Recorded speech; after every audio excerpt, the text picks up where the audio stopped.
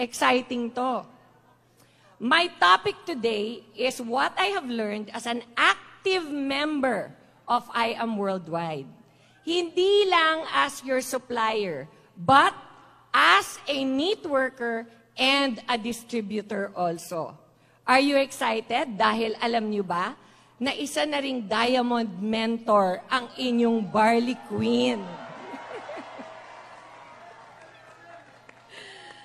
At the beginning, katulad ko ang marami, I didn't really believe in network marketing. Because, like most, na-expose na ako sa mga negative. That some companies, they make promises, tapos in a little few months, crash and burn naman. If you know, then you know my story. Kaya wag na nating balikan. Pero kaya siguro it took me so long to be convinced. Kasi ako yung klaseng tao na naniniwala sa proof. Hindi sa kwento-kwento lang. Kailangan personal. In short, sige nga, patunayan mo. Pag napatunayan mo, go ako. Wow, this is where napatunayan talaga. Dito talaga nakita kong first hand ang proof. Nakita nyo na rin ba ang proof? Kaya ayan, na-curious tuloy ako at namulat ang mata ko sa mundong networking.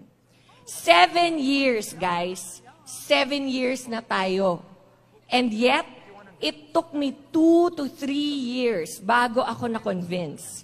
Pero still, kaya guys, nag-diamond na nga ako eh. Ang kailangan lang, focus. So today, instead of revisiting my cancer journey, I will share with you things I learned on my journey to becoming a Diamond Elite Executive myself. I will do this by presenting to you 5 simple things na natutunan ko and hope it helps you also. Are you ready to learn? Number 1, wag asumera. Yung bang nag-a-assume ka things like, di naman totoo yan eh. Di ko kaya yan. Without even trying or learning what it's all about muna. Yung mga, di naman ata para sa akin yung mentality. Alam nyo ba yan? Okay, ako kasi, I'm a leader type. Sa mga nakakakilala sa akin, medyo dominante. Medyo. And loner pa. Feeling ko, talagang wala akong hindi kayang gawin on my own. Kaya hindi ako masyadong friendly. Blame it on my childhood. Kanino pa ba ibe-blame, di ba? Ibang story na yon. So let's stick to the plan. Kaya hindi mo ako matatawag na keeper. Di ba ang importante sa network marketing, keeper? Hindi lang leader, kailangan keeper ka din. Importante naman dito sa atin is alam mo kung ano ang strengths and weaknesses mo sa business na to. So ako, since alam kong bad keeper ako, alam ko kung anong kailangan kong i-identify sa team ko. Siyempre, shout out, Ate Irene Eder on my left. And of course, ang beautiful daughter kong si Lexi on my right. Yan ang aking mga keepers. Dahil kung ako yan, wala akong magiging tatagal na mga members.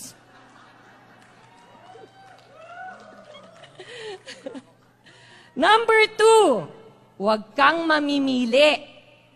You need to understand. Natuto akong hindi maging picky sa mga kausap ko. Kasi naman, ang natural personality ko is yung close ko lang nagiging, dun lang ako sa close ko nagiging open. Kaya nga naging kontrabida sa mga movies, di ba? Itsura pa lang. Friendly ba itsura ko? Yung totoo. So sa business na to, I had to learn. And ang thinking ko dati, I don't wanna waste my time. Maximum effort ang gusto ko. Kaya pag may nakita kong prospect, ang unang ginagawa ko, chinecheck ko yung bag, relos, sapatos. Huwag kayong plastic. Kasi feeling ko, kung hindi lang naman minimum mag-gold package yan, wag na lang. Pero dahil sa mga mentors natin, na katulad nila Mentor Poy, Mentor JC, I learned na hindi pala dapat ganon. And sa sobrang ganda ng marketing plan natin, kahit pala puro copper, basta 1,000,000 copper yan, magda-diamond ka rin.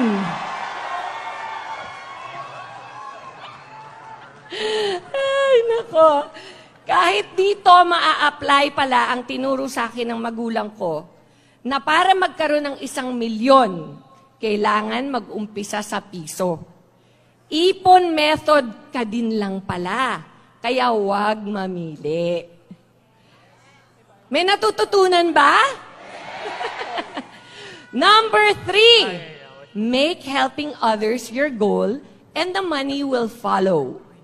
The reason that I started the barley business in the first place was because I wanted to help others na may karamdaman din. Dahil gumaling ako sa tulong ng barley, I wanted to share it with everyone. It boosts your immune system, so kailangan ma-share ko to sa marami. Hindi ko alam na dito pala ako dadalhin ni Lord. In business, dapat din i-share sa lahat. Lalo na sa mga malalalim ang pangangailangan para matulungan natin silang umangat sa buhay. Secret, guys. Oftentimes, ang mga copper lang, ang kaya na copper lang, mag-start ang mga may deepest why. Kasi sila ang may deepest needs at pagkukulang sa pera. Kaya sila ang masarap i-mentor at i-guide. Sila pa ang mga diamonds in the rough natin. Totoo?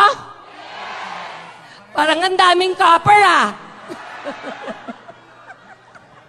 Sila ang mga talagang grateful and natural leaders na needed lang palang mabigyan ng break. Totoo? Yes. So, teach them the system and how to rank up and make it a point to continue the chain of helping others. This is the beauty of our one account policy. No choice ka. Tutulong at tutulong ka talaga. Number 4, eto na. Integrity is key. Have you heard the saying, imitation is the sincerest form of flattery by Charles Colton? Well, if that is true, then dapat pala sobrang flattered na natin dito sa I Am Worldwide. Imagine, pati mga celebrity ambassadors natin, ginagrab ng other companies and online sellers at ginagamit pang promote ng mga fake na products nila. Lahat na, pati box, sachets, endorsers, pics, videos, wala nang awat. Copy-paste, superimpose to the max. Kaya kailangan talaga natin i-educate ang mga tao. Kasi kawawa naman sila kung gagastos sila tapos fake naman ang nabibili. Hindi yung product natin. Imagine, nakamura ka nga. Pero hindi naman pala maayos ang produktong nabili mo. Eh di hindi lang waste of money, baka mamaya lalo ka pang magkasakit. Kaya maging discerning lagi sa mga legitimate distributors natin. Hala, natutuyuan na ako ng laway. Penging ang barley.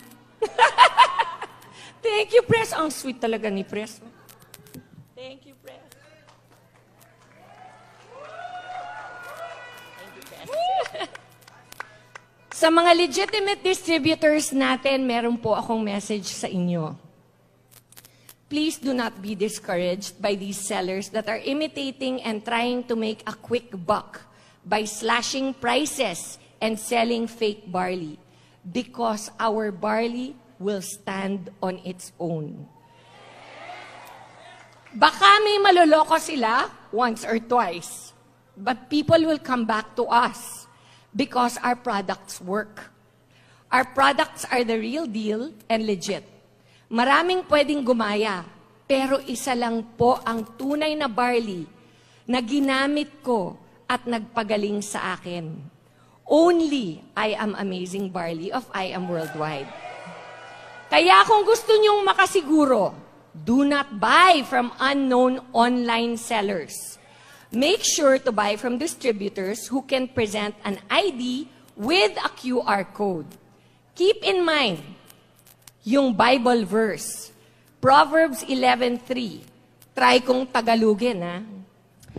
Ang pamumuhay ng may katapatan ang gagabay sa taong matuwid.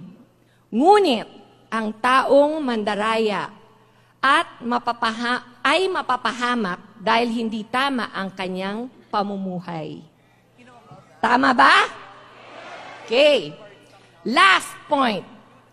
Be patient and have faith in God's timing. Minsan, nakaka-discourage kapag nakikita mo lahat ng ka-team mo nagra-rank up na. Na nabibigyan ng importansya. Pero ikaw, ang grind to death, wala pa rin. Sa paningin mo, ikaw dapat ang nabibigyan ng spotlight, pero wala. Huwag ka ma-discourage. Your time will also come. Just be patient. Minsan naman ang feeling mo, wala ka nang ginawa kung hindi mag-post at mag-invite, pero wala pa rin kumakagat. Guys, tuloy lang. Huwag mawawala ng pag-asa. Huwag ma-discourage. Pinaka-importante, huwag maging proud. Maybe may inaayos lang sa karakter mo si Lord para hindi masayang lahat ng blessings na balak niyang ibuhos sa'yo when the time is right.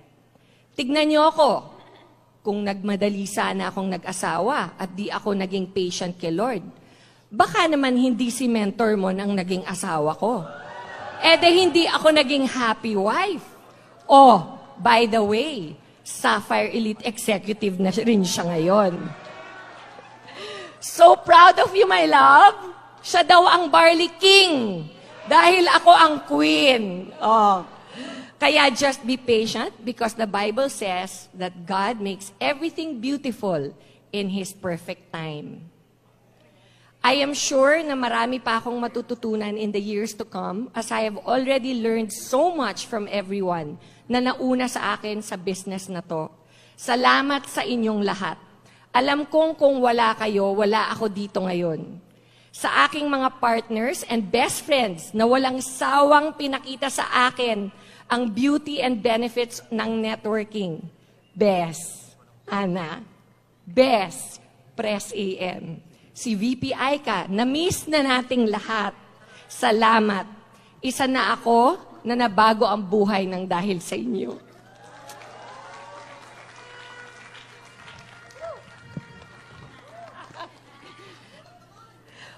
Konti na lang.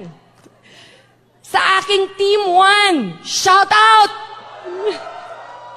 Sa mga